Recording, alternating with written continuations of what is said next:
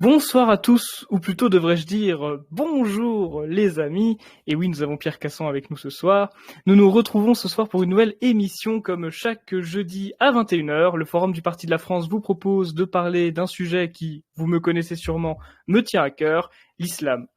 L'islam, ce poison intemporel, la chaîne la plus lourde que l'humanité ait eu à porter, comme disait Ernest Renan, religion invasive, excusez-moi, dominante en France, je voulais dire, difficile de donner des statistiques fiables sur ce sujet, et si nous le faisions, nous serions poursuivis par les tribunaux.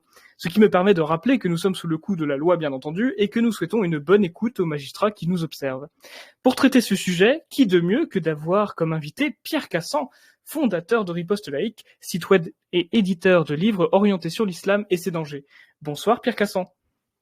Bonsoir Alexandre, merci de cette invitation.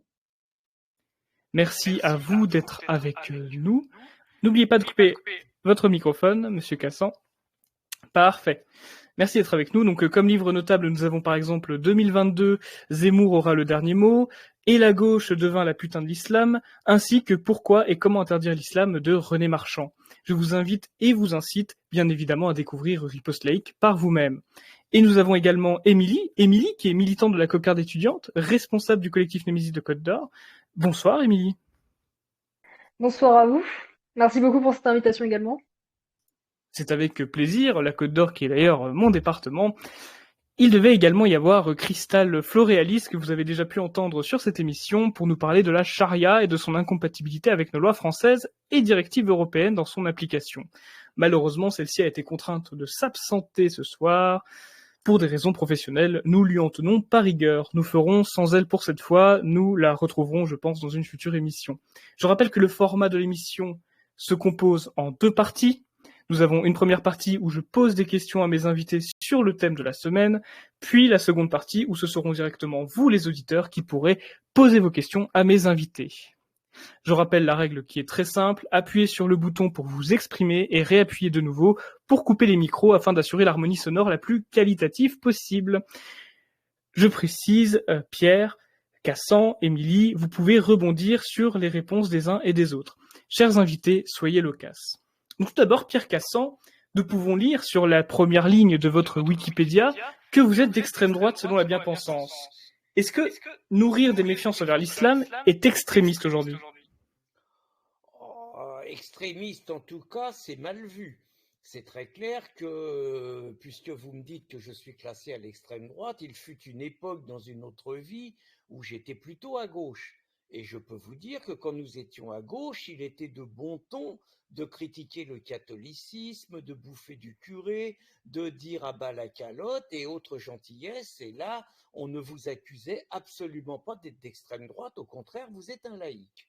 Et j'ai constaté que quand j'ai commencé à m'intéresser à l'islam et quand j'ai commencé à comprendre que l'islam, c'était pas tout à fait la même chose que le catholicisme et que j'ai commencé à approfondir la question, très rapidement, effectivement, j'ai constaté que s'attaquer à l'islam, on n'était plus un laïc, mais on était d'extrême droite et qu'on était un racisme latent, on était un raciste latent.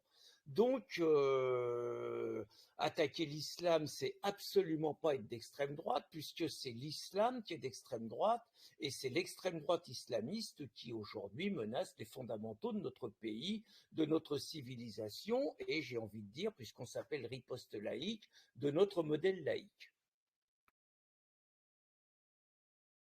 Merci Pierre Cassan pour votre réponse sur ce qu'est d'extrême. Est-ce que c'est grave d'être contre l'islam ? Émilie, vous avez passé quelques années dans un pays musulman, il me semble, l'Ouzbékistan.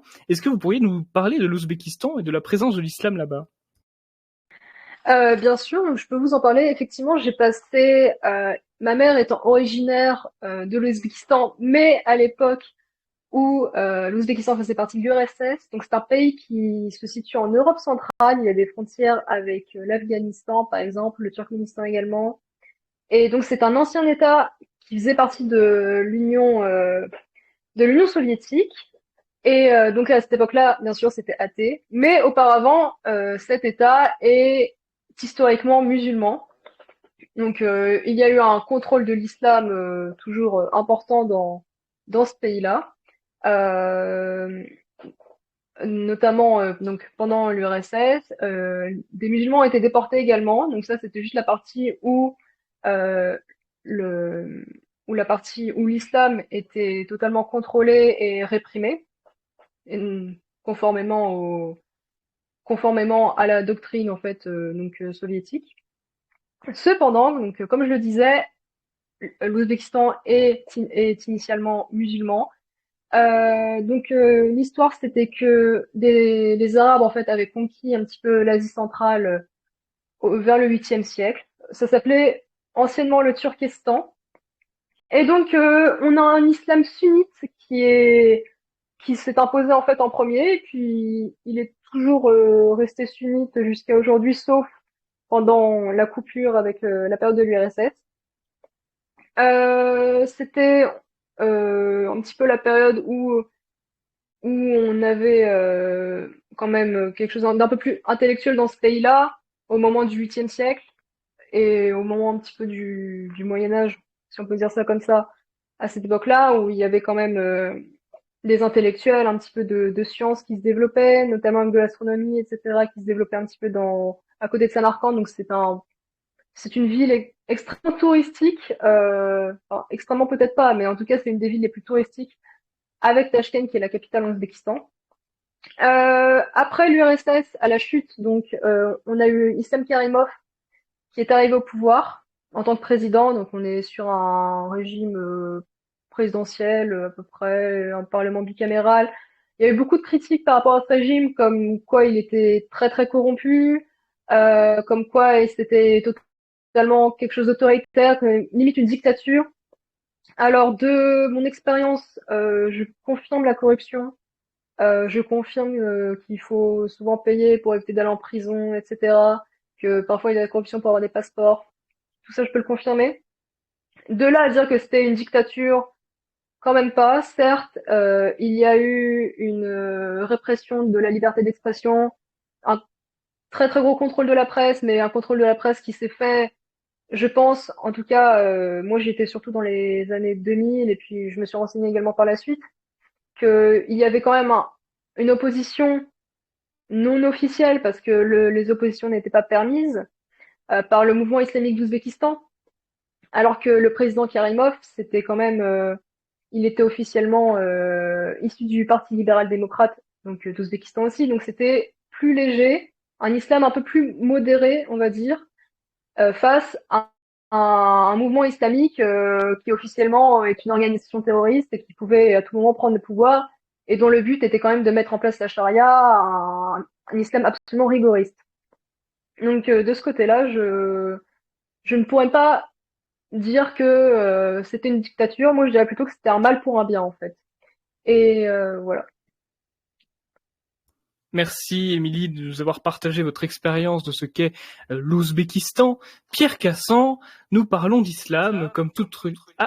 est-ce que c'est possible, Monsieur Cassan, de remettre le micro à la fin de ma question parce qu'il y a un écho, si ça vous dérange pas? Merci à vous. À la fin de la question, hop, je vous laisserai rallumer le micro. Donc Pierre Cassan, nous parlons d'islam comme toute religion. Plusieurs branches existent. Nous connaissons en France principalement le sunnisme. D'ailleurs, un conflit vient d'éclater entre l'Arménie et l'Azerbaïdjan. L'Arménie étant à 97% chrétien et l'Azerbaïdjan 97% musulman. Et principalement d'ailleurs chiite. Pouvez-vous nous expliquer en tout cas à quelqu'un qui n'est pas familiarisé avec la religion mahométane, les distinctions entre le chiisme et le sunnisme? Alors, d'abord, au niveau religieux, moi j'ai toujours le souvenir de cet apéro saucisson pinard que nous avions organisé, vous allez comprendre où je veux en venir, hein, que nous avions organisé le 18 juin 2010, donc dans le quartier de Barbès, et qui finalement s'est terminé sur les Champs-Élysées. J'ai le souvenir d'une rencontre inoubliable avec un auteur que vous avez cité, donc René Marchand, donc auteur de Pourquoi et comment interdire l'islam et auteur également de Reconquista ou Mort de l'Europe. Et c'est la première fois que je rencontrais René Marchand. Et René Marchand m'avait expliqué, monsieur, il y a une chose que vous sachiez, que vous devez savoir, l'islam n'est pas une religion. Si vous dites que l'islam est une religion, vous tombez dans un piège mortel. Pourquoi vous tombez dans un piège mortel? Parce que nous sommes dans un pays laïque et la laïcité, c'est pas l'hostilité aux religieux. La laïcité, c'est la séparation du religieux et du politique. Donc, si vous considérez que l'islam est une religion, l'article 1 de la loi de 1905 consiste à dire que toutes les religions ont le droit de s'exprimer. Et l'article 2 estime que l'État ne reconnaît, ne salarie et ne subventionne aucun culte. Donc, si vous considérez que l'islam est une religion, vous le renvoyez dos à dos avec le christianisme et vous le renvoyez dos à dos avec le judaïsme. Or, donc, si vous les renvoyez dos à dos, cela veut dire que vous leur accordez le droit de construire des mosquées, cela veut dire que vous leur accordez le droit d'avoir vision, en gros, sur toute la société française. Et le piège mortel est là. L'islam n'est pas une religion, l'islam est un projet politico-religieux qui se sert du fait religieux pour imposer une vision totalitaire de la société. Je crois qu'il faut commencer par là. Après, moi, très franchement, je ne suis pas un théologien, il y a des gens qui sont nettement meilleurs que moi.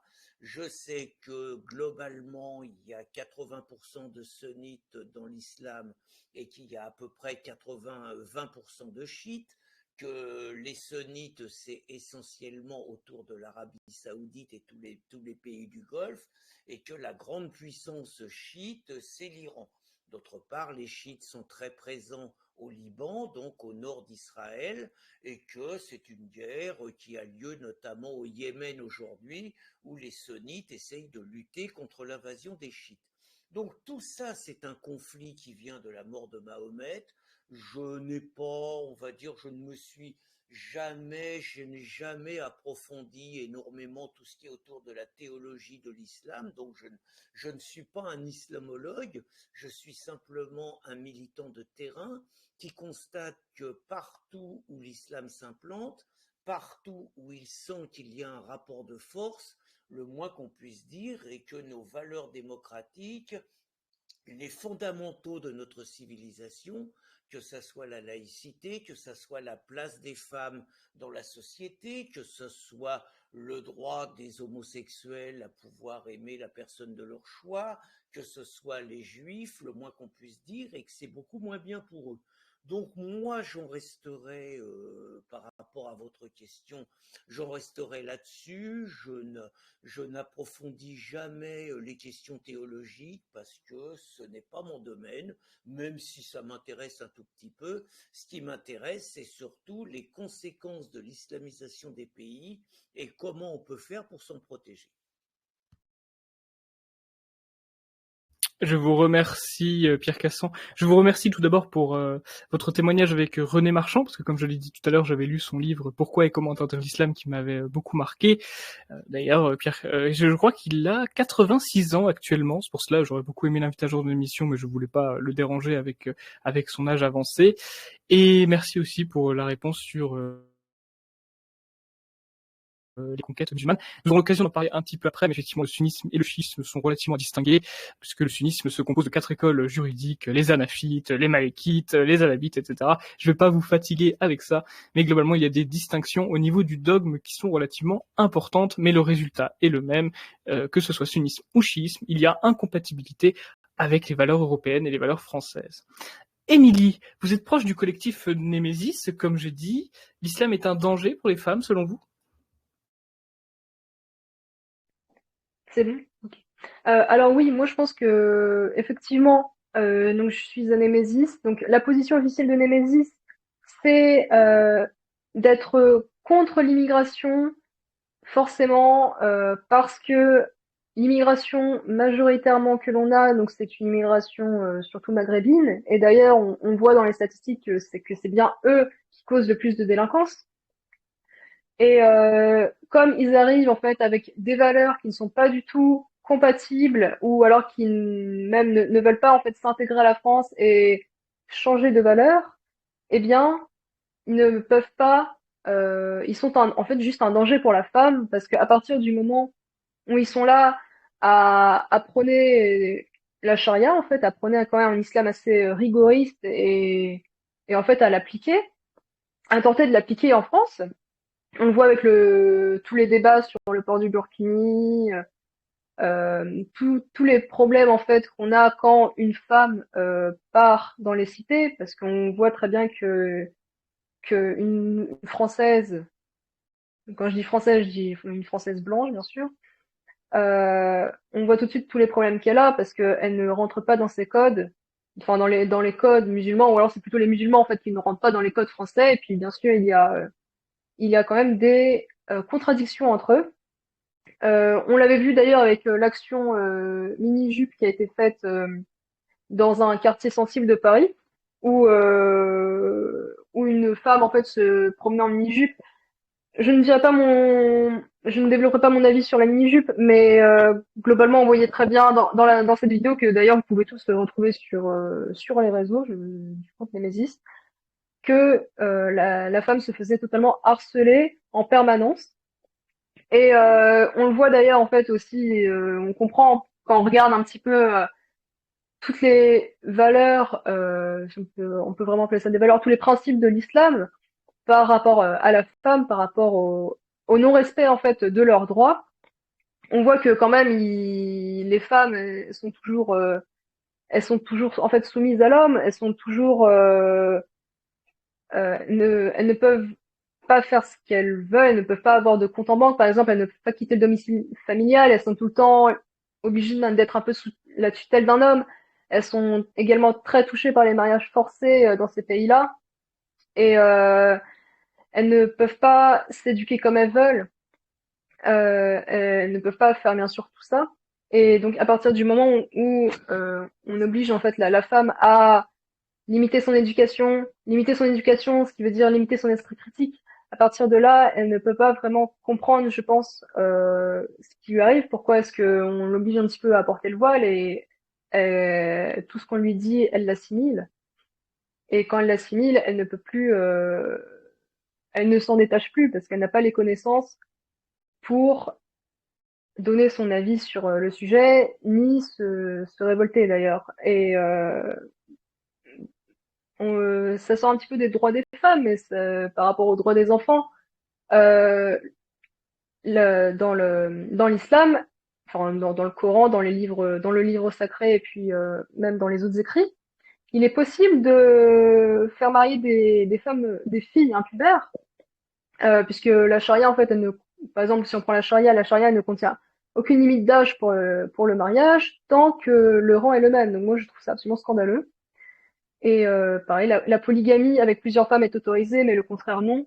Je dis pas que je suis pour la polygamie, mais en constatant ça, on voit très bien que la femme est extrêmement sous-considérée par rapport à l'homme, et cette sous-considération, ce non-respect arrive en France, et c'est pour ça qu'en fait, avec Némésis, on se bat pour qu'il n'y ait pas de femmes obligées de se voiler dans les prochaines années. Merci beaucoup, Émilie, pour votre réponse en tant que militante de Némésis. Vous parlez de mariage de filles prépubères. Pour ceux qui ne le savent pas, cette pratique est très courante effectivement dans des pays comme l'Afghanistan par exemple, car le prophète Mohammed s'est marié avec Aïcha quand il avait 53 ans. Le truc, 50 ans même, 50 ans. Et Aïcha avait 6 ans à cette époque. Le mariage a été consommé quand Mohammed avait 53 ans. Pas besoin d'être très bon en calcul pour comprendre, et ça c'est selon les hadiths. Donc les hadiths, pour rappel, ce sont les écrits qui ont été faits 200 ans après la mort du prophète qui révélaient les agissements et les dires du prophète et de ses compagnons. Aïcha avait donc 9 ans au moment de la consommation du mariage. Donc c'est pour préciser effectivement que cette pratique-là pouvait être respectée dans certains pays musulmans par respect pour le prophète. Revenons à Pierre Cassan. Pierre Cassan, mort pour une caricature, mort pour avoir été à un concert, mort pour avoir été un professeur. Que répondez-vous quand on entend si souvent que ces attentats n'ont rien à voir avec l'islam ? Oui, alors juste par rapport à Mahomet et Aïcha, je vous laisse imaginer, puisque l'islam fait partie quand même de ce qu'on apprend à l'école, où nos enfants se font quand même légèrement laver le cerveau quand on leur apprend que l'islam est une religion d'amour, de tolérance et de paix, et que le prophète est un homme de paix. sachant qu'il est le beau modèle pour tous les musulmans. Je vous laisse imaginer ce que donnerait un enseignant qui veuille juste un tout petit peu faire son travail. C'est ce qui est arrivé à Louis Chagnon, qui était un professeur d'histoire en 2006. Et dans un cours d'histoire avec des élèves musulmans, il a parlé notamment de Mahomet avec Aïcha, et il a parlé de Mahomet avec la fameuse tribu juive où il a décapité 800 personnes dans la journée. Et donc il a osé évoquer ce qui sont des faits historiques en classe. Le gars n'a plus jamais fait cours.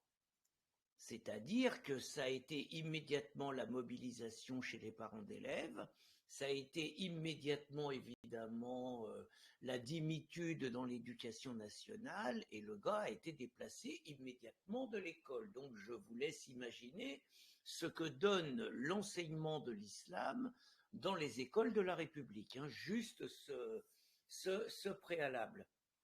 Alors après, les attentats musulmans qui n'ont naturellement rien à voir avec l'islam, qui ne sont que le fait de marginaux qui n'ont rien compris au discours de tolérance et de paix du prophète, j'ai envie de dire, on entend ça depuis 20 ans.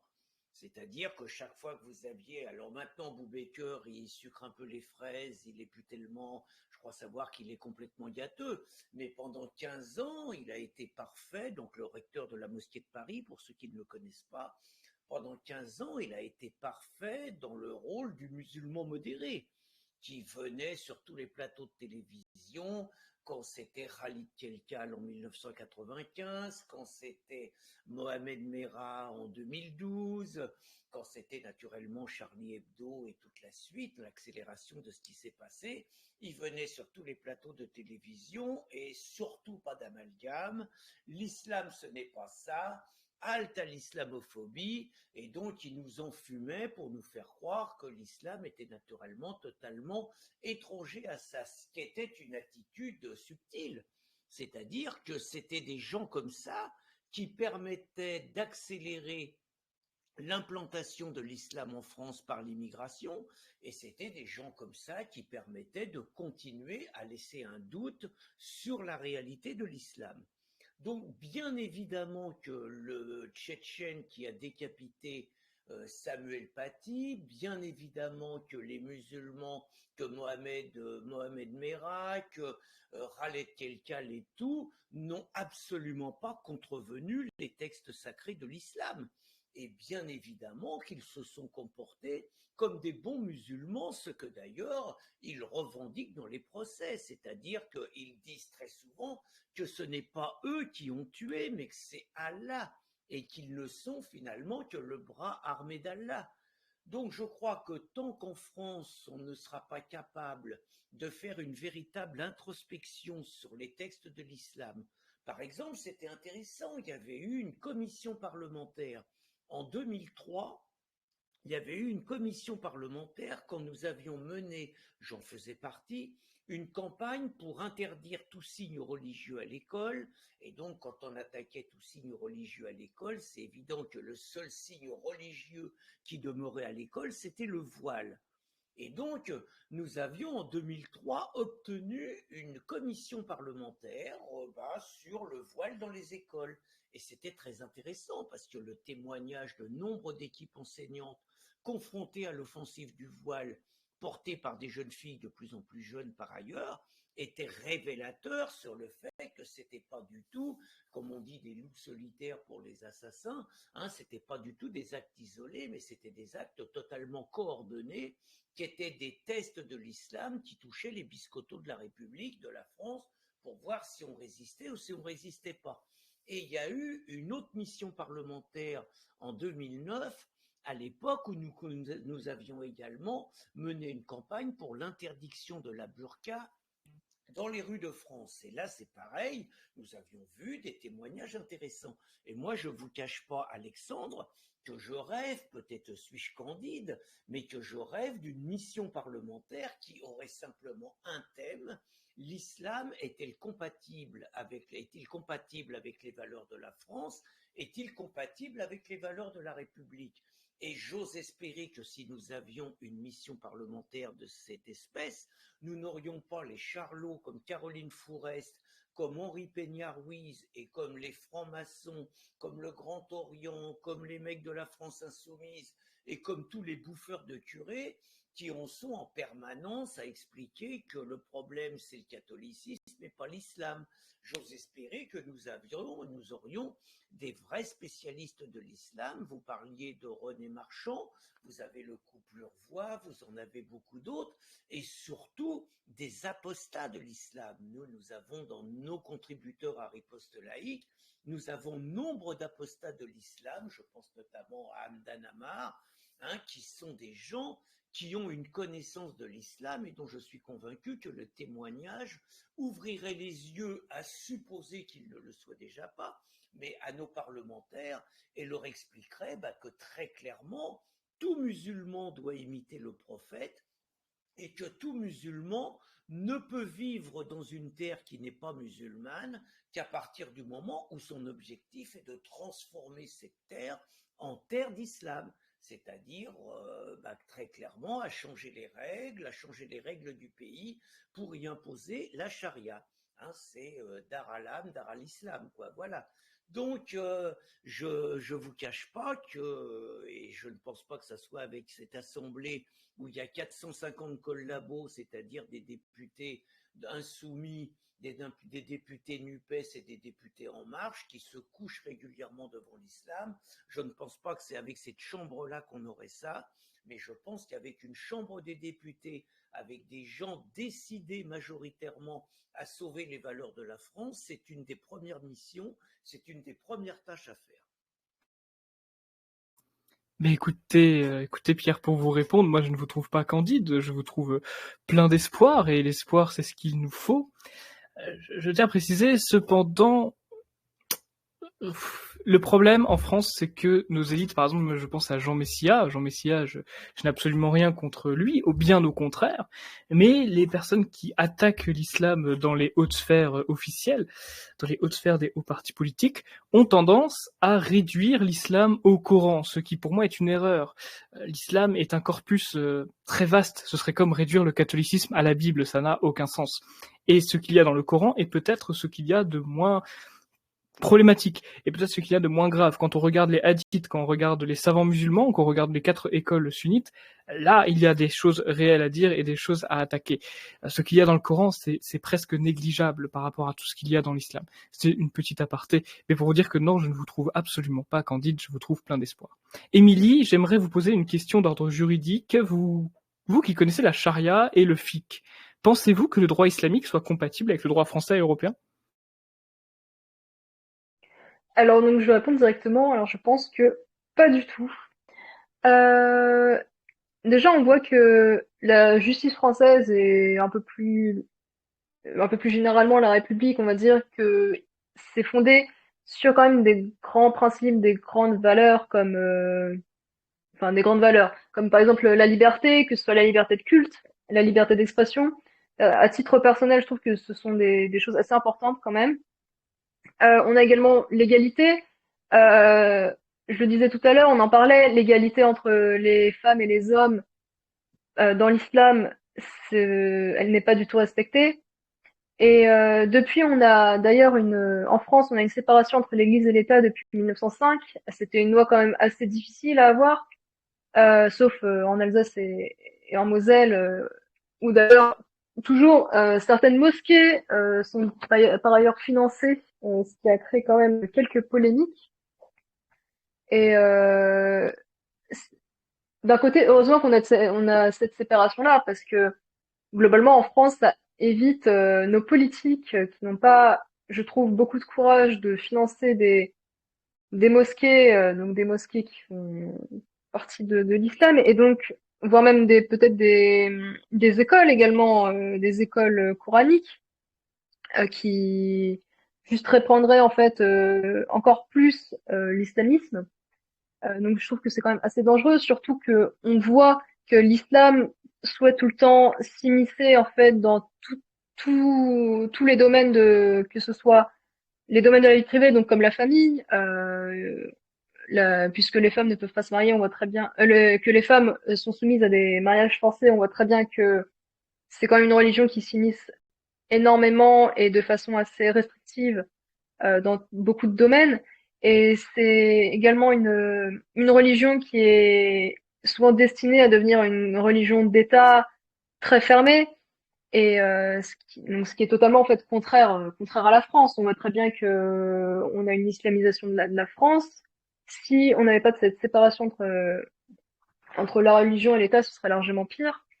Euh, donc si il y a forcément une incompatibilité entre l'islam et l'esprit juridique français, parce que l'esprit juridique français, si l'islam était là, ça se résumerait en fait à juste une grande application de la charia qui est quand même extrêmement dangereuse. On voit très bien ce qui se passe en Arabie Saoudite, les droits les droits en fait de la femme et puis même les droits en fait en général sont quand même assez restreints. La femme ne peut conduire que depuis très récemment. Et on voit ce que ça a donné. Bon, là, on passe aux talibans, mais on voit quand même qu'en Afghanistan, les filles de plus de 12 ans ne peuvent plus avoir accès à l'éducation. Donc, on en revient à tout à l'heure. Les femmes sont très limitées.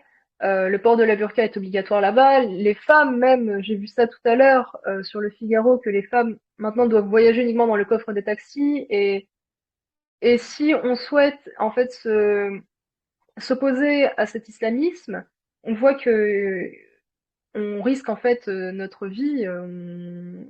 Sans cesse, nous sommes en danger si nous nous opposons à l'islam en public. Que si nous nous opposons à l'islam en public, ce sont des gens avec qui on ne peut vraiment pas discuter. J'ai tenté de le faire. J'ai tenté de le faire personnellement, je n'ai absolument pas réussi. On voit également que toutes ces questions entre islam et esprit juridique français, Alexandre, vous n'aurez jamais posé la question si ce n'était pas le cas. Ça veut dire que quand même on pense et il y a comment dire, une certaine intervention de cet islam dans la loi. On n'aurait jamais eu le débat sur le port du burkini si il n'y avait pas autant d'immigration, s'il n'y avait pas autant cette influence de l'islam et si on n'avait pas de grand remplacement d'ailleurs. Et d'ailleurs, je pense quand même à dire, je m'éloigne un peu du sujet, mais que en ce moment et de plus en plus dans les campagnes, on a quand même un islam radical, rigoriste qui s'installe, donc comme par exemple dans le Cher. Merci Émilie pour votre réponse. Et effectivement, vous avez raison, en Arabie Saoudite, c'est que depuis récemment que la femme a le droit de conduire, et depuis qu'elle a le droit de conduire, il y a plein d'accidents. Je plaisante évidemment. Émilie, je plaisante évidemment. Collectif Némésis, ne me tapez pas sur Je les prends doigts. pas hyper bien, mais c'est pas grave. Mais c'est pas C'est une grave, petite vous n'avez chose comme ça. pas le permis, Émilie, rassurez-moi. Oh, je passe bientôt. Ah mince, je plaisante bien évidemment, je fais des bisous à toutes les militantes de collectif Némésis. Pierre Cassan, avant de poser ma question, je tiens à dire que j'ai reçu quelques messages, j'en ai reçu 5-6 de mes auditeurs qui sont très contents de vos interventions, mais qui, cela dit, moi c'est vrai que je m'en rends pas compte parce que j'ai un casque de qualité correcte, donc je m'en rends pas compte, qui me disent que votre son est un peu faible. Est-ce que si vous pourriez vous rapprocher votre micro quand vous vous exprimez? Je sais pas si c'est possible. Est-ce que c'est mieux comme ça? Ah, là je parle à Pierre Cassan, mais vous, Ah, c'est pas... pardon. Alors, je peux le rapprocher. Est-ce que c'est mieux? Je pense que c'est mieux. Émilie, vous pouvez me dire, parce que moi j'ai un casque. Donc, je peux rapprocher mon micro. Donc, est-ce que c'est mieux? Je pense que ça sera mieux. J'étais à 15 cm, je ne suis plus qu'à 5 cm. On m'écrit que c'est c'est mieux. tout On aussi m'écrit que bien. c'est un peu. Bon, Ok, bon, très bah, bien. Donc, je coupe Parfait. mon micro. Je suis... Merci à vous, Pierre Cassan. Et d'ailleurs, votre micro, vous devrez le rallumer dans 30 secondes, le temps que je pose ma question. Et oui, ma question qui peut-être vous fâchera, Pierre Cassan, mais je vais reprendre le terme laïque de riposte laïque. Je dois vous la poser, cette question. Le christianisme est souvent vu comme le rempart, la protection contre l'islam. Éric Zemmour acquiesça lorsqu'on lui dit que la laïcité est la religion de la République. Que répondez-vous à ceux qui disent que la laïcité a permis l'invasion musulmane en France? Je réponds que dans ce cas-là, comme la laïcité est une spécialité française, je ne doute pas qu'il n'y a pas d'invasion musulmane dans les autres pays européens où il n'y a pas de laïcité. Je ne doute pas qu'en Autriche, par exemple, où il y a encore un délit de blasphème, il n'y a pas d'invasion musulmane. Je ne doute pas qu'en Grande-Bretagne, où il n'y a pas un modèle laïque, mais que c'est un modèle plutôt libéral, il n'y a pas d'invasion musulmane. Que dire de la Belgique? Bon, je réponds avec humour à ça. Je suis habitué au débat avec les catholiques, avec lesquels par ailleurs j'ai une relation apaisée, je tiens à le dire, hein, bien qu'athée, j'ai une relation apaisée, surtout avec les catholiques, on va dire, qui sont des vrais catholiques et pas avec les catholiques immigrationnistes et collabos comme il y a aujourd'hui à la tête de l'Église. Donc, je ne crois absolument pas à cette thèse que c'est la laïcité qui serait responsable de l'invasion islamique. Par ailleurs, j'ai presque envie de dire que l'invasion islamique et l'islamisation de notre pays fait tomber le masque à tous les prétendus laïcs. Parce que aujourd'hui, nos prétendus laïcs, hein, que ça soit la libre pensée, que ça soit le Grand Orient, que ça soit des philosophes à deux balles comme Peña Ruiz, c'est des gens qui autorisent, qui tolèrent de l'islam ce qu'ils n'auraient jamais autorisé, n'est pas même le 10e, au catholicisme, au christianisme. Donc, je pense réellement que la laïcité telle qu'elle a été conçue était un outil de combat contre le catholicisme. Par ailleurs, et c'est là que vous allez peut-être me trouver un acrobate, mais moi, la France des années 1970-1980, ça me convenait. C'est-à-dire, je n'avais pas envie, quand j'étais à l'école, d'aller à l'école au-dessus d'un crucifix. Je n'ai pas envie, quand je suis jugé devant la 17e chambre, ce qui, hélas, m'arrive de temps en temps, je n'ai pas envie de voir au-dessus du juge un crucifix. J'ai envie d'être dans un pays, j'ai pas envie, comme aux États-Unis par exemple, que le président prête serment sur la Bible.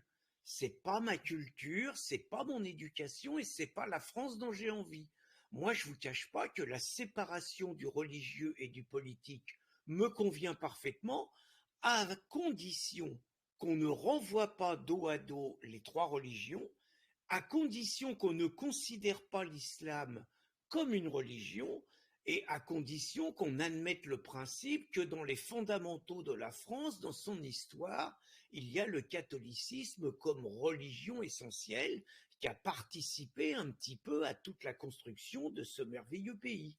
À partir de là, moi, la séparation du religieux et du politique, donc le principe laïque, qui est une spécificité française dont je suis très fier, me convient et justement parce que je suis un laïc, parce que je ne considère pas l'islam comme une religion, je tiens à défendre toutes ces valeurs, tous les principes laïques qui existent en expliquant que l'islam est le fer de lance, je dis bien le fer de lance des églises contre la laïcité. Et je suis obligé de constater, je vais peut-être agacer quelques-uns des auditeurs catholiques, mais je suis obligé de constater qu'il y a une connivence, il suffit de voir au niveau du Vatican, qu'il y a une connivence entre le catholicisme, entre les dirigeants catholiques et les dirigeants musulmans, contre la laïcité, voire contre les athées. J'ai entendu de nombreux dignitaires catholiques expliquer qu'ils se sentaient plus près d'un imam, qu'ils se sentaient plus près d'un religieux musulman que d'un athée, parce que ce qui les unissait, c'était la foi, et qu'ils considéraient l'athéisme comme une culture de mort.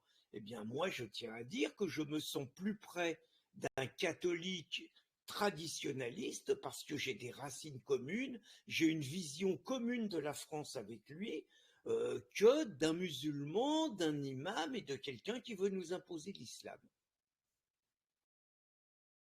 Merci Pierre Cassan d'avoir répondu à cette question, et je suis tout à fait d'accord avec vous sur de nombreux points, notamment la Grande-Bretagne a pour religion d'État le catholicisme. Est-ce qu'ils sont moins envahis par les étrangers? Je n'ai pas l'impression. Est-ce que les papes depuis Vatican II protègent notre identité et nous protègent de l'immigration et de l'invasion musulmane? Je n'ai pas l'impression, je suis désolé pour les catholiques peut-être conciliaires qui nous écoutent, mais pour moi le pape agit surtout contre nous et contre la France.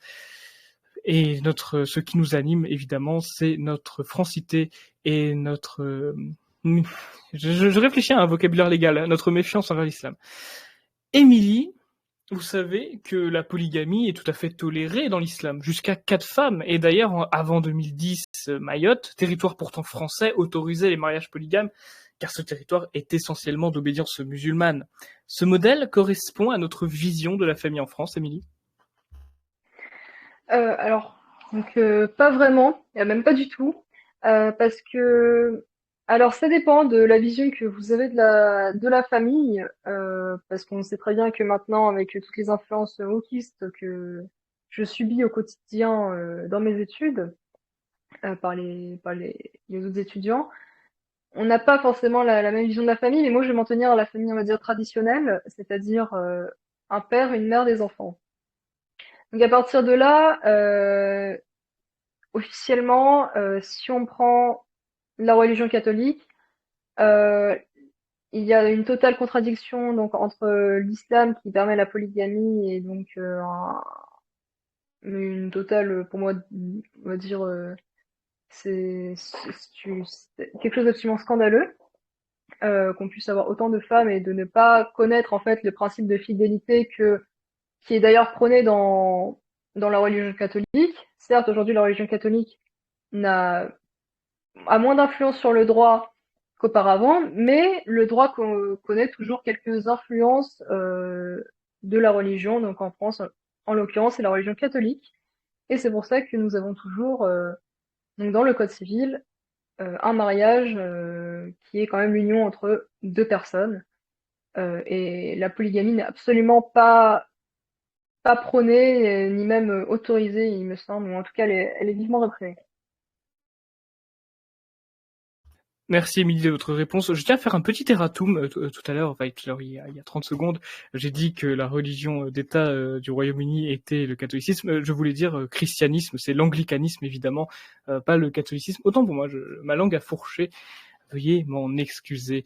Pierre Cassan, les mosquées, les voiles, le halal, que ce soit par la violence ou par la taqiyya, l'islam est nécessairement une religion de conquête selon vous?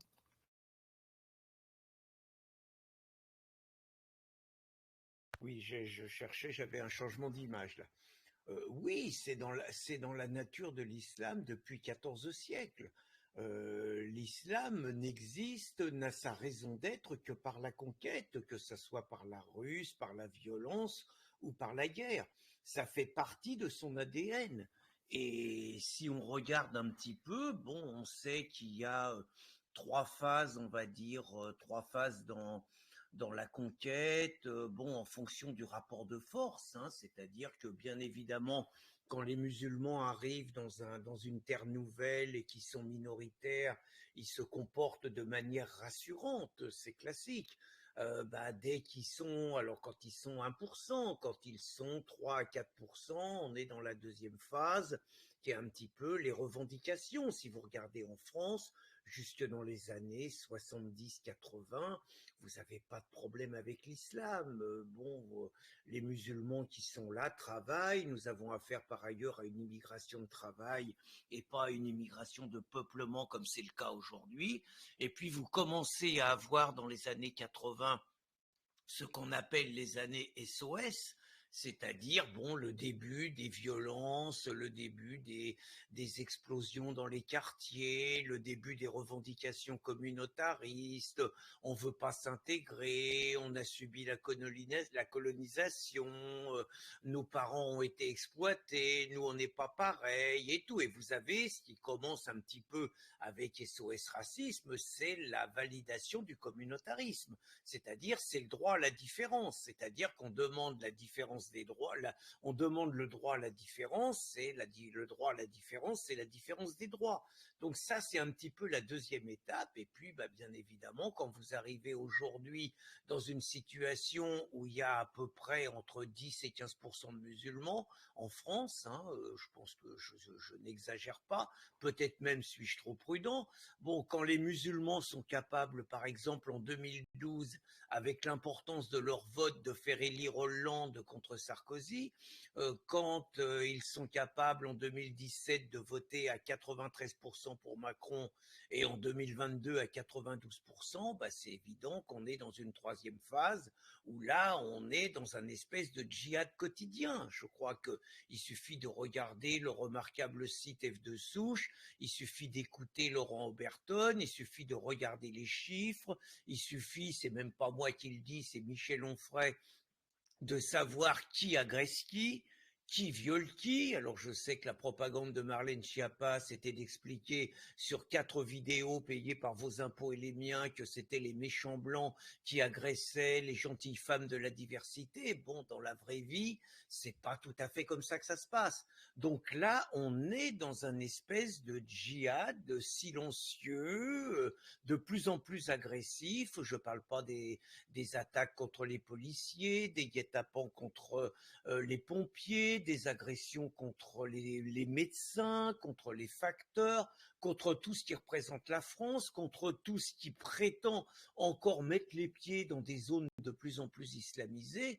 Là, on est en train de préparer quelque part, moi j'appelle pas ça la guerre civile, parce que la guerre civile, ça voudrait dire que finalement ces Français guillemets de papier font partie de notre civilisation, font partie de notre pays, font partie de nos principes, ce qui n'est pas le cas. C'est une force qui est installée là, c'est une force, c'est un État dans l'État, appelons un chat, et c'est un État dans l'État qui prépare la guerre, qui se prépare à l'affrontement et qui agit, qui constate que la France finalement n'a surtout pas la volonté de faire la guerre, qui constate que les Français baissent la tête, tout simplement parce que les seuls qui relèvent la tête en prennent plein la tête, si j'ose dire, par l'État français, par les juges, par les lois, par les médias et tout. Donc effectivement, l'islam est dans sa troisième voie,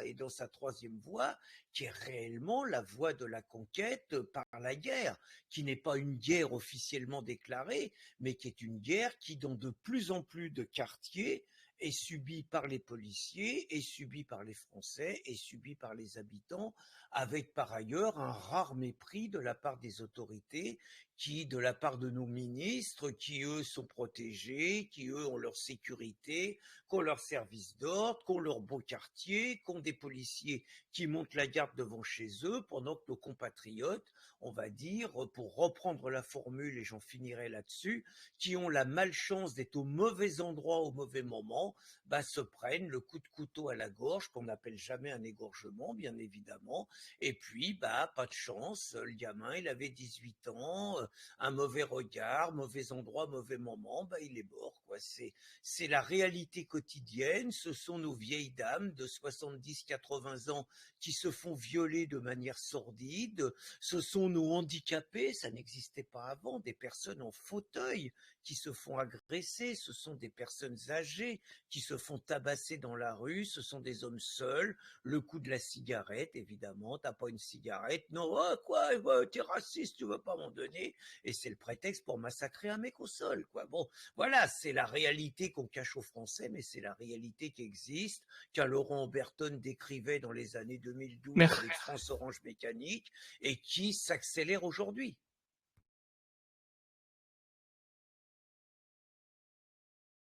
Merci beaucoup Pierre Cassan. Excusez-moi s'il y a eu un moment de silence, j'ai eu un petit problème de connexion, cela arrive, je suis de retour, mais j'ai bien tout entendu.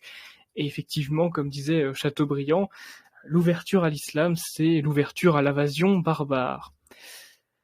Émilie, l'Europe se veut dans son histoire à la pointe de la philosophie, de la science, de la technique. Comment expliquer la période abbasside du 8e au 13e siècle où effectivement ces territoires, on pense à Bagdad, qui étaient musulmans, étaient supérieurs dans les domaines que j'ai cités précédemment aux civilisations européennes. Donc pendant en fait la dynastie abbasside, donc comme vous l'avez dit du 8e au 13e, donc déjà les chrétiens, les juifs et les paganistes, ils étaient tous tolérés dans ces régions-là, donc dans ces régions musulmanes, et il s'avère qu'en fait ils aidaient vraiment toutes ces régions-là, ils étaient au service du régalien, ils avaient beaucoup de fonctions dans la police, etc. En fait, ils assistaient vraiment donc tous les musulmans et de plus d'ailleurs toute la philosophie grecque, toute la philosophie historique, toute la philosophie en fait précédant cette dynastie-là, elle était conservée donc dans toutes les bibliothèques byzantines et donc déjà voilà. Et ensuite il faut savoir cependant que les les scientifiques donc musulmans ou autres, ils étaient vivement critiqués par tous les représentants théologiens de l'islam parce qu'en fait ils allaient vraiment à contre-courant, ils étaient un peu plus progressistes en fait dans par rapport à leur religion, ils respectaient pas forcément, ils découvraient les choses par eux-mêmes. Et d'ailleurs, en revenant à l'Ouzbékistan, certaines découvertes, notamment en astronomie, ont servi de base à Copernic. Et tout cela, en fait, ils étaient vivement critiqués donc par plusieurs hauts représentants de l'islam. Et par la suite, donc en fait, à la fin de cette dynastie abbasside, les juifs et les chrétiens, ils n'étaient plus tolérés. Donc à partir du XIIIe siècle, dans ces régions musulmanes, aucun savant musulman. Et donc tout ça, ça a été décrit en fait par Ernest Renan, qui était quand même un nationaliste et qui a décrit tout ça dans une conférence à la Sorbonne en 1883. Et donc il montre bien que l'islam est une religion absolument hermétique à tout ce qui est objectivité en fait du savoir. Merci Émilie. Effectivement, cette petite période de supériorité qu'ont pu avoir la civilisation, ce qu'on appelle de manière très grossière la civilisation musulmane sur l'Europe, s'explique, comme vous l'avez très bien dit, par la philosophie grecque qui était parfaitement conservée pendant que nous avions des traductions très mauvaises sorties d'Espagne. Et au-delà de ça, les juifs, les chrétiens, les paganistes s'occupaient de tout l'aspect régalien, donc de la police, de l'administration, et évidemment assistaient les scientifiques. Et les rares scientifiques qu'on a pu avoir pendant cette période, d'ailleurs c'est très simple, hein, il suffit de taper mathématiciens musulmans pour constater qu'il n'y a pas de résultat avant le XIIe siècle, après le XIIe siècle, excusez-moi. Et il était vivement critiqué. On pense notamment à Mamoun, qui était un calife, qui était donc un descendant du prophète, qui était complètement détruit par les théologiens, parce qu'il avait une curiosité rationnelle et scientifique qui sortait un petit peu de l'islam. Pierre Cassan, revenons à vous. Pourquoi l'immigration musulmane est la seule immigration qui est si hostile à la France, la seule immigration qui refuse le port du prénom français, la seule immigration finalement qui crache sur notre drapeau, qu'elle soit albanaise, tchétchène, turque, maghrébine, soudanaise ou sénégalaise, l'immigration musulmane, pourquoi elle n'aime rien d'autre que sa propre religion? Je crois que poser la question, c'est y répondre, c'est-à-dire qu'historiquement, on nous dit toujours, ça nous sert un petit peu à avaler la pilule, la France a toujours été un pays d'immigration. Ça, c'est l'argument classique des immigrationnistes. Alors d'abord, c'est faux, parce qu'il n'y a pas eu en permanence une immigration en France, il y a eu une immigration au XXe siècle, qui a été une immigration de travail à partir des années 30, que ça a été une immigration majoritairement espagnole, portugaise, italienne et polonaise, qui ont juste la particularité d'être des pays catholiques et des pays où la valeur travail est très développée.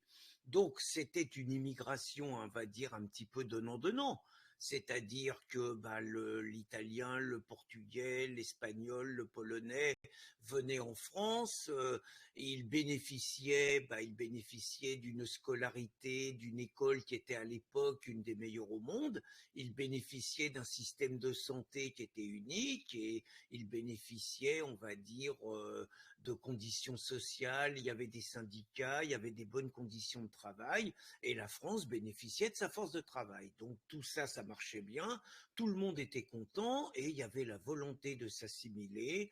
On donnait très rapidement des prénoms français à ses enfants, et on était très fiers pour le père d'avoir permis à l'enfant, avec l'ascenseur social, de devenir avocat, maire, cadre, bref, de faire un travail plus reconnu, on va le dire comme ça, plus glorifiant que celui du père qui la plupart du temps travaillait sur les chantiers, dans les usines.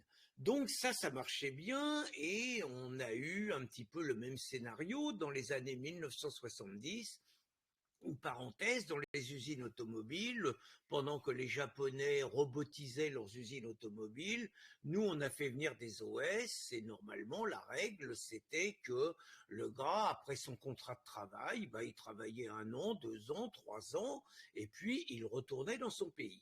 Et c'est là qu'il y a eu un petit peu toute la culture droit de l'homiste, toute la culture immigrationniste, toute la culture de l'égalité des droits, qui a commencé à dire que c'était pas normal d'avoir exploité un mec pendant 3 ans et qu'on l'oblige à retourner au pays, qu'on était d'horribles négriers et qu'il avait le droit de rester en France. Donc et puis évidemment les usines automobiles, ça a fermé, il y a eu la crise de l'automobile dans les années 80, les pères ont été chômeurs, mais il y a eu le regroupement familial, on leur a permis de faire des enfants, de rester en France, et il y a une nouvelle génération. Vous ajoutez à ça la victoire de l'Iran, qui sont des chiites, mais bon, les musulmans s'en foutent, les sunnites s'en foutent, c'est l'islam qui prend pied dans la société, la victoire de l'ayatollah Khomeini, et l'islam repart, et vous avez les grèves dans les usines automobiles qui sont fortement des grèves islamisées, et vous avez donc à partir des années 80, les musulmans comprennent qu'ils peuvent entamer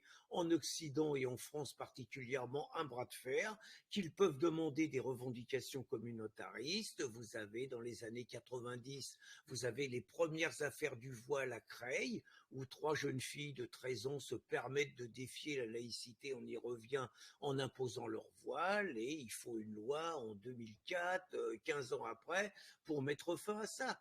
C'est-à-dire que l'islam est en permanence dans un rapport de force avec la France, l'islam est en permanence dans une stratégie de conquête, dans la stratégie des petits pas, dans la stratégie en peau de panthère, et avec le nombre, avec la démographie, avec la combativité, on va dire, des musulmans qui imposent leurs lois, qui imposent leurs principes par la crainte, par la terreur, par le chantage au vote aussi.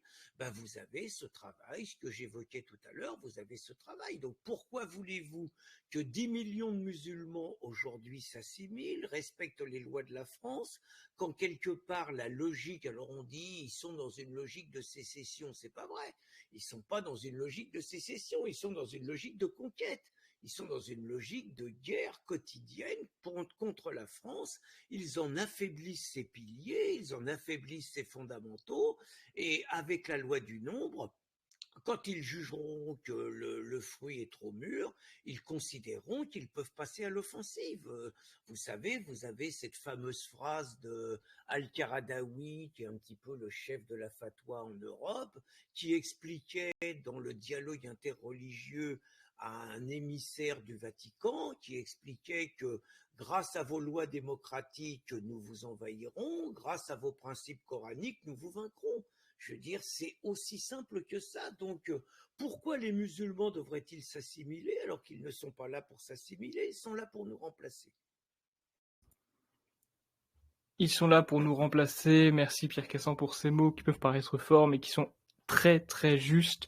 Croyez-moi sur parole, ils sont très très justes. Ils veulent détruire les piliers de la France, parce que pour eux, seuls les 11 piliers comptent, donc les 5 piliers de la pratique et les 6 piliers de la foi.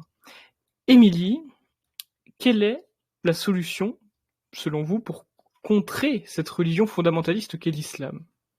Eux qui veulent nous remplacer.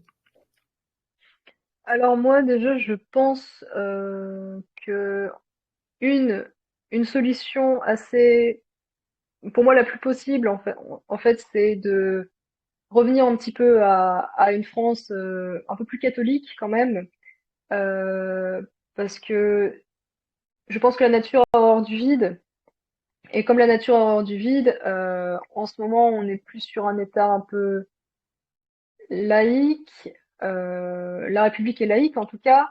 D'un côté c'est bien, parce que ça permet d'éviter de financer des religions donc comme l'islam qui ont simplement pour but de mener la France à sa perte. Mais d'un autre côté, euh, la, ce côté laïque, en fait, pour moi, je pense que Pierre Casson ne sera absolument pas d'accord avec moi. euh, il laisse en fait la place à l'islam. L'islam, en fait, ainsi, il peut s'immiscer un petit peu dans les sphères de la société. J'ai vu en tout cas, j'ai eu contact avec des personnes qui se sont converties à la religion musulmane, alors que de base ils étaient athées. Je pense aussi que, bien sûr, il faut limiter totalement cette immigration qui est totalement indésirable en fait et qui ne veut absolument pas s'assimiler à la France, qui ne fait qu'en fait, qui n'est en France que pour profiter des aides, même la coloniser. Pierre Cassan parlait de l'histoire de conquête. Et je suis totalement d'accord avec lui pour ce coup-là. C'est absolument ça. Les musulmans sont là en conquête. On voit très bien que les Algériens, par exemple, ont pour projet de recoloniser la France. Ils veulent d'un côté se venger. Euh, et on peut.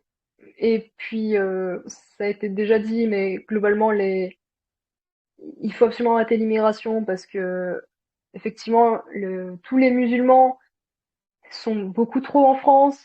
Pourquoi au final s'intégrer, sachant qu'ils peuvent juste se référer un petit peu au communautarisme et puis créer un peu une société parallèle qui au final gangrènera en fait le reste de la population française. Et donc pour moi, il faut juste redonner une place beaucoup plus importante à la religion catholique, parce que pour moi la nature a horreur du vide.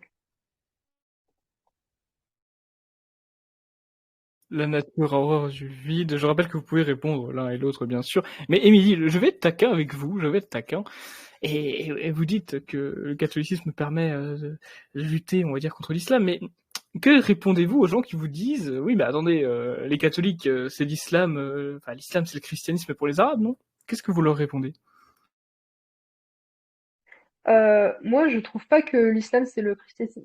Ce que c'est l'islam, c'est le christianisme pour les Arabes, parce que c'est totalement différent pour moi.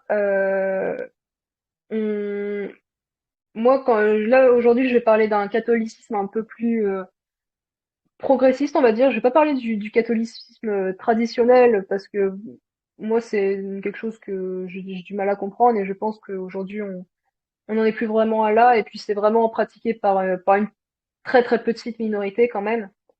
Déjà, le catholicisme, quand même, il a précédé l'islam.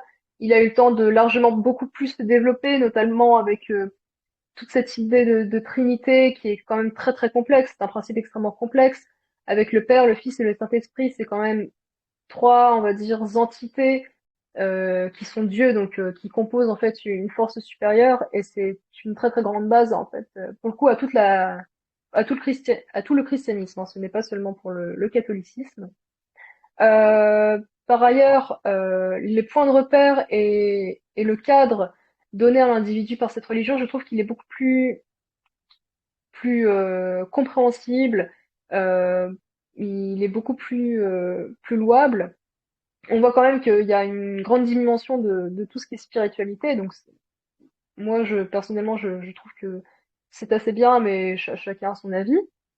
Cependant, je pense que la morale a une énorme place dans cette religion. D'ailleurs, effectivement, je l'avais dit, mais je le redis, ça a quand même influencé le droit. Il y a aujourd'hui le principe de bonne foi dans les contrats. Il y a quand même l'interdiction de l'homicide qui, de base, est inscrit, on va dire, dans la Bible, qui maintenant est repris dans le droit français. Il y a également toute cette dimension dans le catholicisme de pardon. Le pardon d'ailleurs qui existe également dans l'islam, on peut également se confesser, c'est toujours dans la même logique que le pardon, on peut toujours se confesser pour des péchés.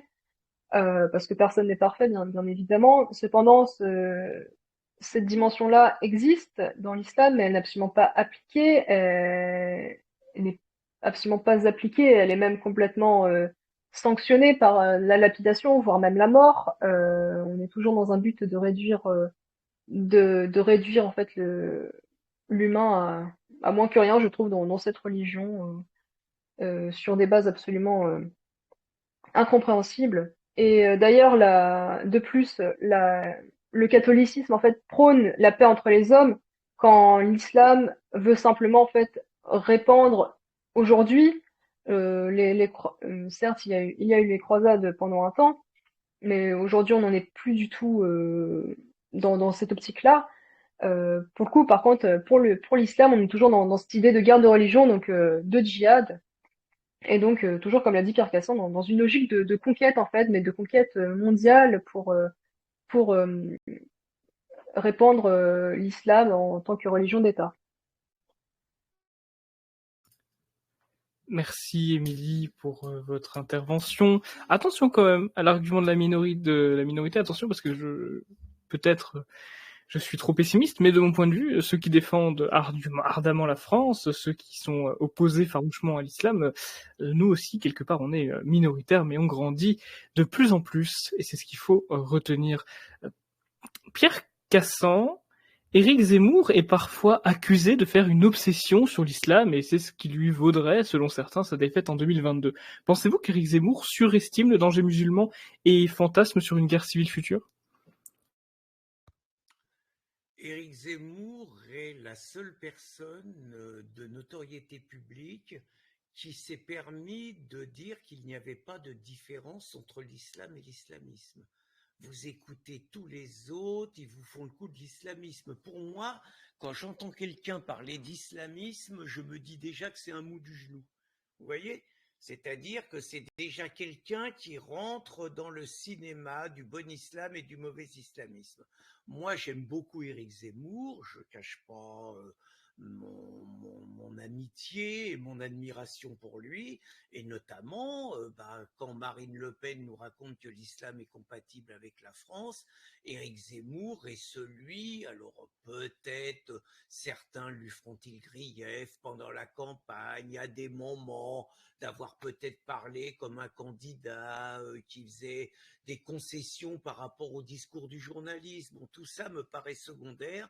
Éric Zemmour, aujourd'hui, est pour moi le seul homme politique de premier plan qui a compris la réalité des enjeux, ou du moins qui ose la dire, parce que je pense qu'il y a beaucoup de lâches dans le milieu politique qui savent exactement qu'Éric Zemmour a raison, mais comme ils tiennent davantage à leur carrière qu'à l'avenir de leur pays, ils préfèrent sauvegarder leur carrière en crachant sur Éric Zemmour.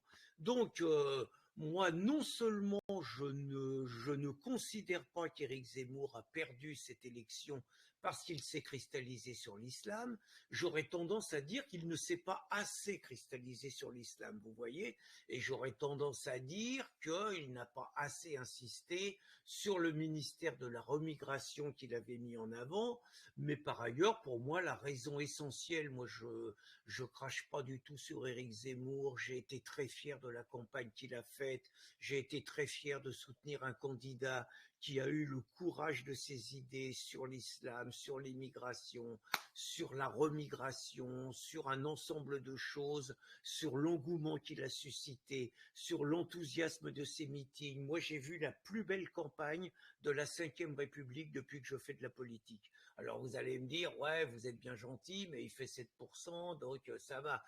Il fait 7% au bout d'un an. Alors certes, hein, quand on rêve d'un miracle et que genre un mec qui se lance en politique, il va être élu président de la République parce que les gens ont compris la gravité de la situation, ont compris que c'est l'élection de la dernière chance et qu'il va y avoir le sursaut français. Bon, j'ai rêvé de ça, moi, je le cache pas. Bon, on a tendance à dire 7%, putain, quelle gamelle. Mais non, 7% il finit quatrième, il finit devant les Verts, il finit devant les Cocos, il finit devant les socialos.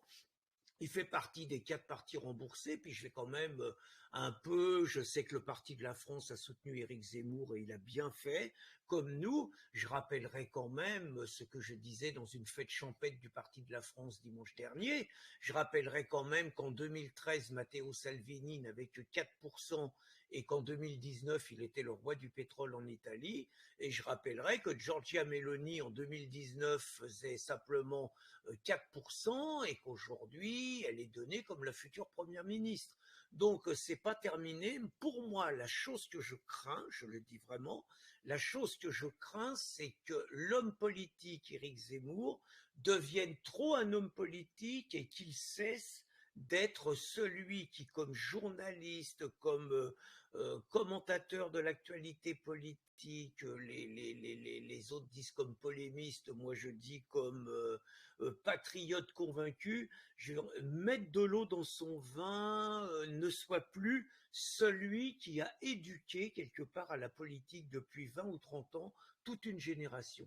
Donc certainement pas, j'ai envie de dire qu'Éric Zemmour continue de dire que l'islam n'est pas compatible avec la France, qu'Éric Zemmour ne fasse pas de différence entre islam et islamisme, qu'Éric Zemmour continue à parler de remigration. Et dernière chose, je milite activement dans la région bretonne sur Calac et sur un village breton de 2000 habitants où les autorités, le maire local, centre-gauche, le député, la République en marche veulent installer 70 familles de migrants, 70 familles de migrants dans le centre-ville. La seule organisation qui se bat réellement avec le Parti de la France, c'est Reconquête. Et donc, tant qu'Éric Zemmour incarnera ce combat civilisationnel, ce combat pour la défense de la France et de son identité, à mon avis, l'avenir lui est grand ouvert et le temps lui donnera raison. Merci Pierre Cassan, je partage votre point de vue effectivement sur Éric Zemmour, et je tiens à préciser d'ailleurs concernant cette question de l'islamisme, alors c'est formidable, dans les années 70, 80, quand les migrants commençaient à être des barbares, les journalistes ont trouvé le terme islamisme, c'est formidable, ça s'appelle l'argument du faux écossais, vous savez, c'est quand on dit par exemple les Écossais sont tous roux. Oui, mais attendez, non, moi je connais un Écossais, il est pas roux. Ouais, mais c'est pas un vrai Écossais. C'est complètement fallacieux, ça s'appelle du sophisme.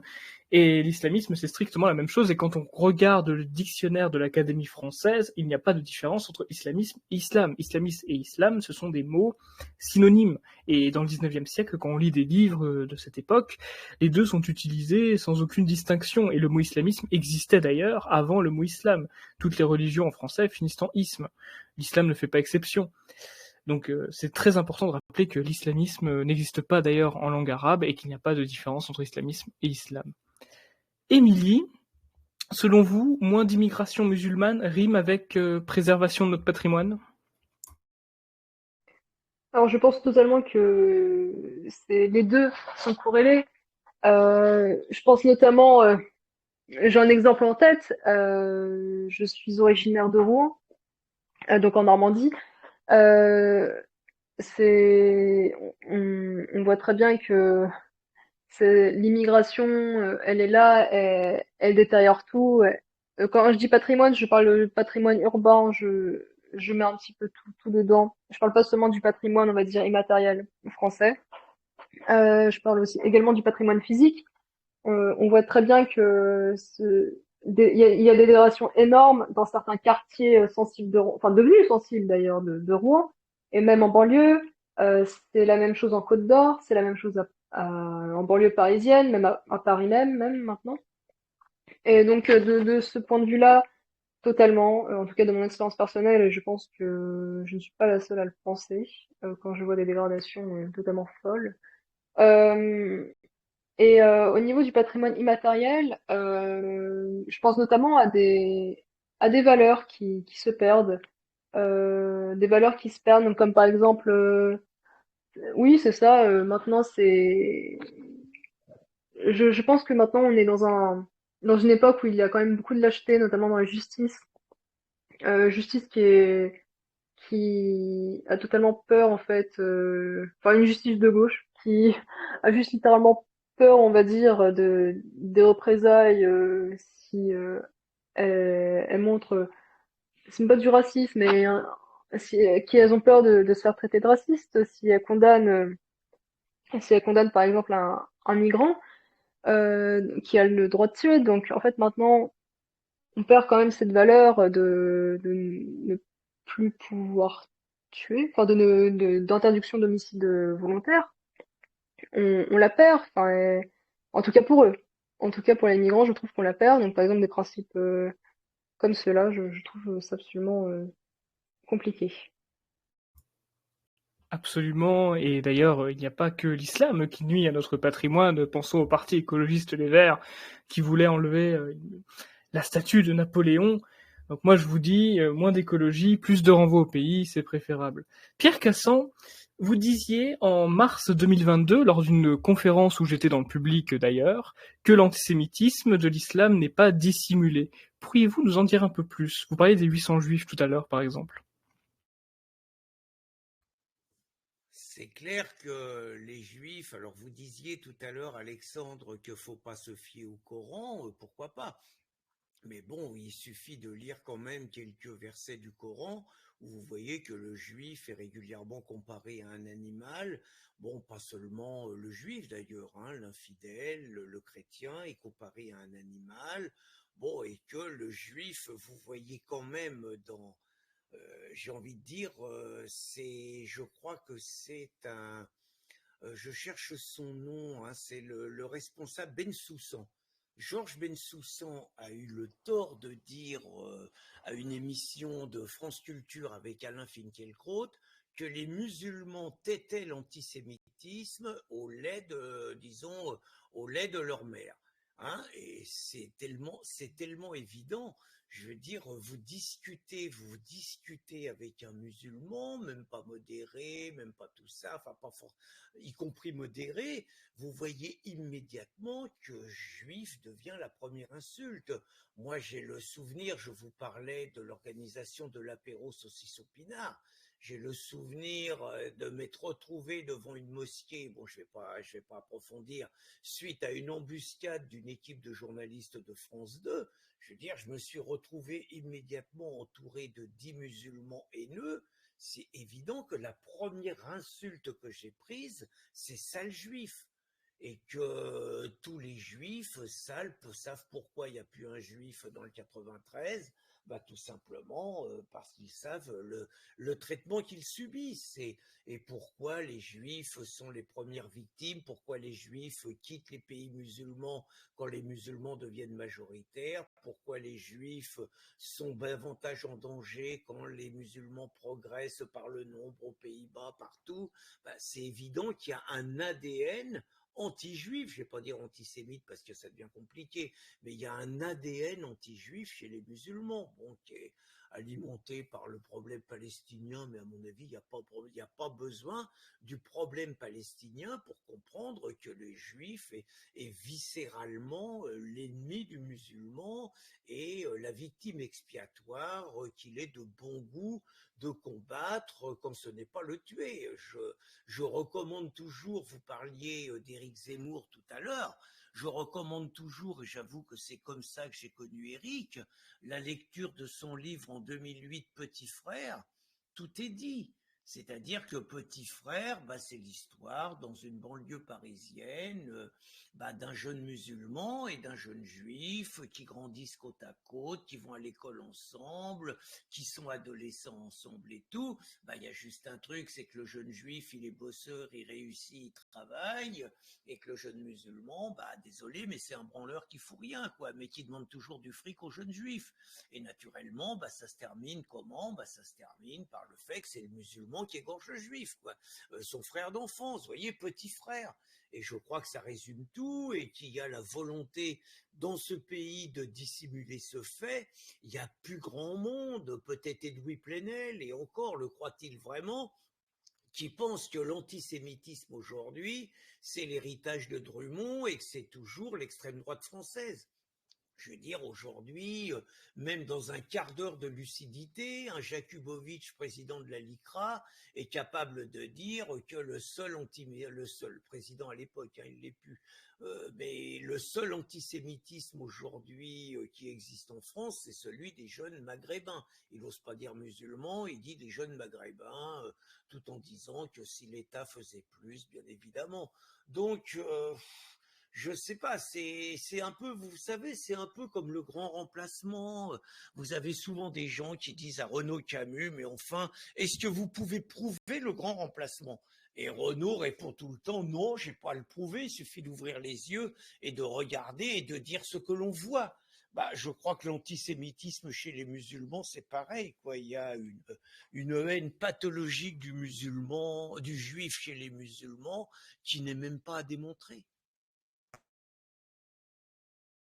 Merci Pierre Cassan pour cette explication. Je tiens à me corriger si j'ai laissé penser ça. Je ne disais pas qu'il fallait pas se fier au Coran. Je disais que j'ai du mal à m'exprimer. Vous m'excuserez. Je disais qu'on se focalisait beaucoup trop uniquement sur le Coran, sachant qu'il y a bien pire à côté qui fait tout autant partie du canon islamique. Je me suis peut-être mal exprimé, mais bien évidemment que le Coran est quelque chose qu'il faut prendre en compte. Émilie, dernière question pour vous, Émilie. Je ne comprends pas. Nous avons des personnes qui sont à la fois progressistes, féministes, mais également islamophiles. Je pense à Sandrine Rousseau, je pense à Gilles Verdez, je pense à Mélenchon et tant d'autres. Pourquoi une telle contradiction? Est-ce par ignorance ou par opportunisme? Alors, je peux vous répondre dans le cas des féministes qui sont solidaires, étant donné que je les vois tout au long de mes journées avec mes études. Je les côtoie quand même d'assez près. Euh, Moi, je dirais que avant, je pensais que c'était simplement pour une question de vote, de juste de monter, on va dire, en politique et de prendre le pouvoir. C'est peut-être le cas pour Mélenchon, c'est peut-être le cas pour tous ceux qui sont déjà bien entrés en politique. Par contre, pour les plus jeunes, donc les étudiants, je pense qu'en fait, c'est simplement par ignorance, en fait. Ou alors peut-être par déni. Je dirais plutôt par déni de la réalité, que elles n'arrivent pas, par exemple, à reconnaître que à chaque fois qu'elles se font, on va dire, siffler dans la rue, ce sont forcément par des musulmans. Elles n'arrivent pas à le reconnaître. D'ailleurs, je ne comprends. Pour ça, je ne peux pas vous dire pourquoi. Je ne comprends pas. Et elles ont une fâcheuse manie de tout de tout remettre sur en fait la faute de l'homme cis blanc hétéro. C'est un petit peu leur dialectique. Euh, alors pourquoi elles sont dans ce déni-là? Je vous avoue que j'en ai strictement aucune idée. J'ai essayé de comprendre. Elles sont très obstinées sur leur idée. Je n'ai pas de réponse assez convenable par rapport à ça. Je tiens à rappeler pour les auditeurs qui ne le savent peut-être pas que Solidaire, c'est un syndicat d'extrême gauche étudiant qui s'amuse parfois de temps à autre à écrire mon nom sur les murs de l'université et de la fac. Donc je vous salue si vous nous écoutez. Alors c'est bien d'écrire mon nom, mais merci d'écrire aussi le lien du canal Telegram, ça me fera une petite pub. Dernière question, Pierre Cassan. Pierre Cassan, Marine Le Pen le dit et d'ailleurs le pense que l'islam est compatible avec la République. Marine Le Pen, avec ses excellents résultats aux élections législatives, représente un espoir, vous pensez, pour nous protéger de l'islamisation de la France? Alors d'abord, je me rends compte que j'ai pas parlé une fois à Émilie, donc j'écoute et j'entends un petit peu ses interrogations par rapport aux féministes et tout. Je crois que c'est l'incapacité, parce que c'est trop douloureux, de se remettre en cause et de d'être capable de dire qu'on s'est trompé. Parce que c'est douloureux, forcément. Ça veut dire, on sait qu'on va perdre ses amis, on sait qu'on va passer pour un facho, on sait qu'on va passer pour un réac, on sait qu'on va trahir la cause, on sait qu'on va se retrouver seul. Et donc, on préfère s'arc-bouter à un déni des réalités mais rester confortablement dans le petit cocon des amis, à crier hier F comme fasciste, N comme nazi, et maintenant, bon, contre Némésis et tout, qu'à avoir le courage de dire la vérité, quoi. Vous voyez, elles qui se réclament de gauche, elles sont très éloignées de Jaurès. Je rappelle la phrase de Jaurès devant les jeunes, c'était le courage, c'est de chercher la vérité et de la dire. C'est clair que c'est une génération qui n'a pas de courage. Mais par ailleurs, de tout temps, ça a été ça. Regardez, et je reviens à votre question sur Marine Le Pen, mais je voulais quand même dire ça, Émilie. Regardez l'époque du communisme triomphant. Vous aviez forcément des communistes qui étaient fortement ébranlés quand ils voyaient Budapest, quand ils voyaient Leipzig en 53, quand ils voyaient Budapest en 56, quand ils voyaient Prague.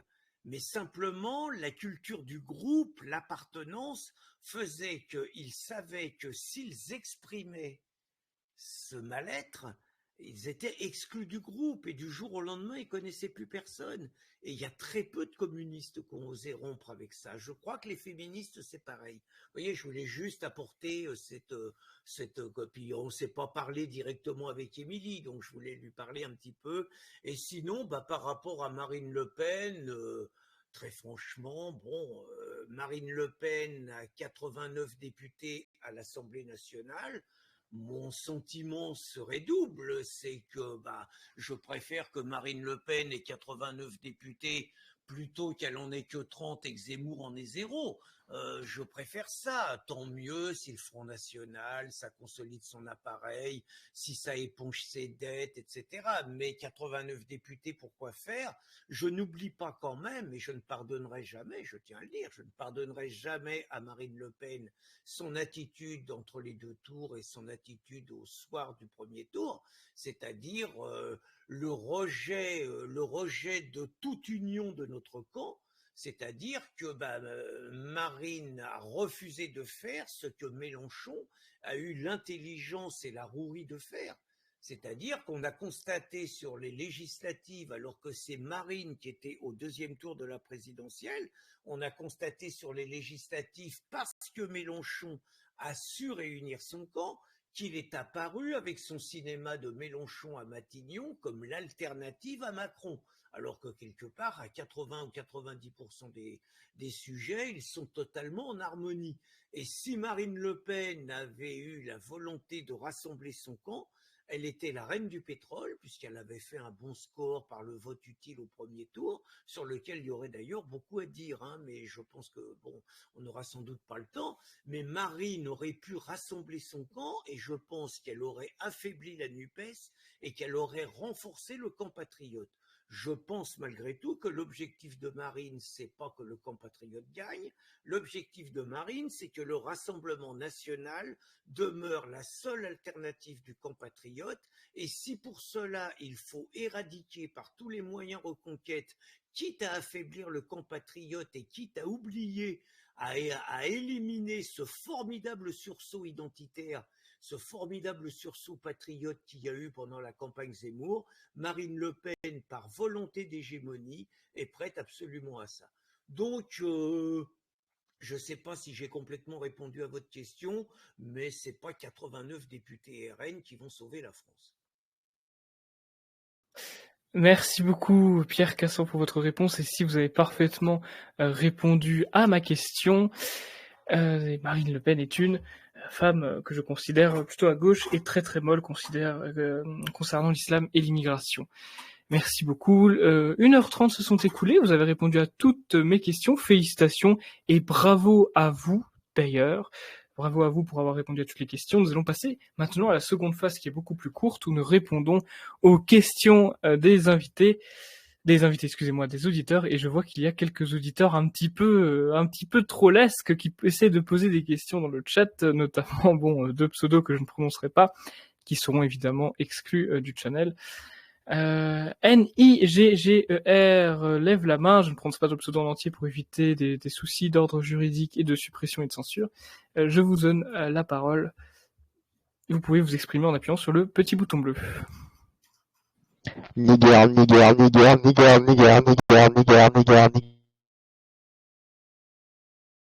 Heureusement, son micro était tellement mauvais qu'aucun bot n'arrivera à comprendre ce qu'il dit. Bon bah écoutez, c'est la première fois que nous avons des trolls dans l'émission, félicitations. Est-ce qu'il y a des questions sérieuses pour Pierre Cassan, s'il vous plaît?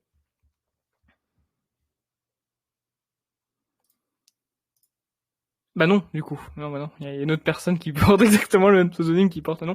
Bah écoutez, c'est pas compliqué, on va mettre fin sinon à cette phase-là. S'il y a des personnes qui veulent sincèrement poser des questions, faites-le. Ça nous est jamais arrivé. D'habitude, il y a toujours eu que des gens sérieux. Mais là, malheureusement, je crois que nous avons des trollers. Il y a Noyer via 67 Vincent qui lève la main. Vincent, je vous donne la parole. Vous pouvez appuyer sur le bouton. Bonjour, merci Pierre Cassan pour votre intervention. Merci à Émilie. Tout d'abord, je voudrais vous dire que l'islam, c'est aussi un système politique. Comment dépolitiser l'islam?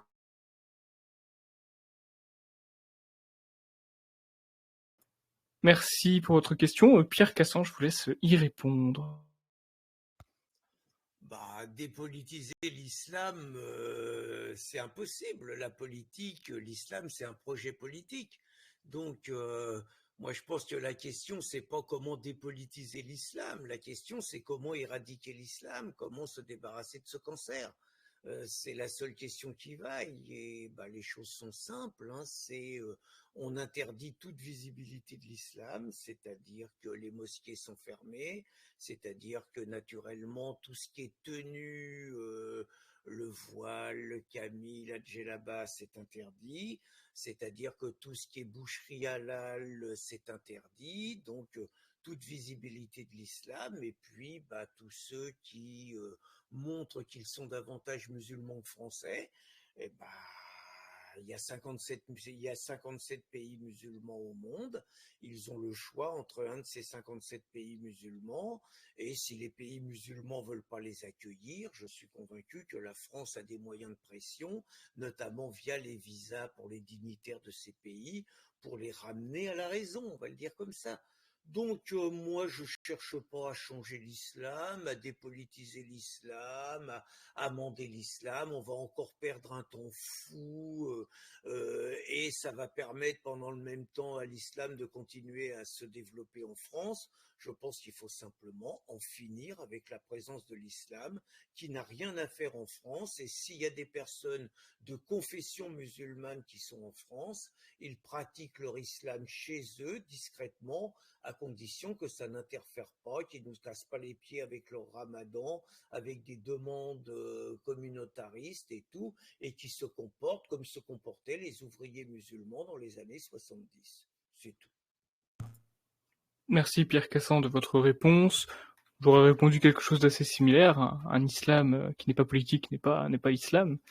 Et c'est une très bonne comparaison pour ceux qui étaient présents dans les années 60-70, quand ils étaient en toute petite minorité. Est-ce qu'il y a d'autres questions? Merci beaucoup Vincent pour votre question. J'espère que la réponse vous a satisfaite. Est-ce qu'il y a d'autres questions à poser? Généralement, nous sommes à 1 à 2 questions par émission.